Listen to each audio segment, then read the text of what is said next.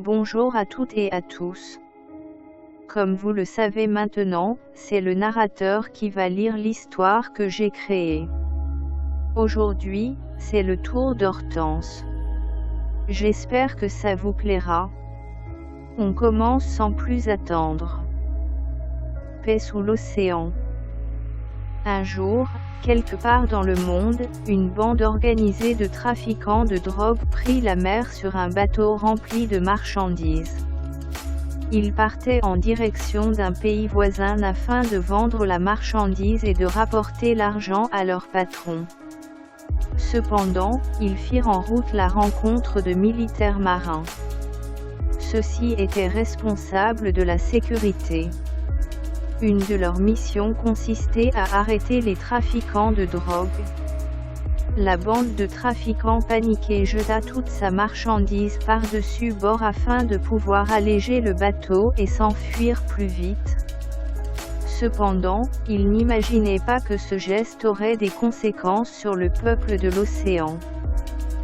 En effet, les sacs remplis de drogue lestés par les trafiquants plongeaient dans les fonds abyssaux de l'océan. Le problème était que les sacs, en touchant le sol, le fond de l'océan, se déchirèrent laissant la drogue sortir des paquets. Un petit poisson appartenant au bout de la chaîne alimentaire passa par là. L'effet de la drogue fut détonnant sur ce pauvre petit être. Car en effet, ce petit poisson d'habitude si craintif se mit à défier tous les poissons plus gros que lui qui étaient d'habitude ses prédateurs. Était-il donc suicidaire? Était-ce un effet indésirable provoqué par la drogue? C'était à se demander. Si ce petit poisson continuait comme ça, il allait finir par se faire dévorer par un prédateur. La drogue continuait toujours à se disperser dans l'océan.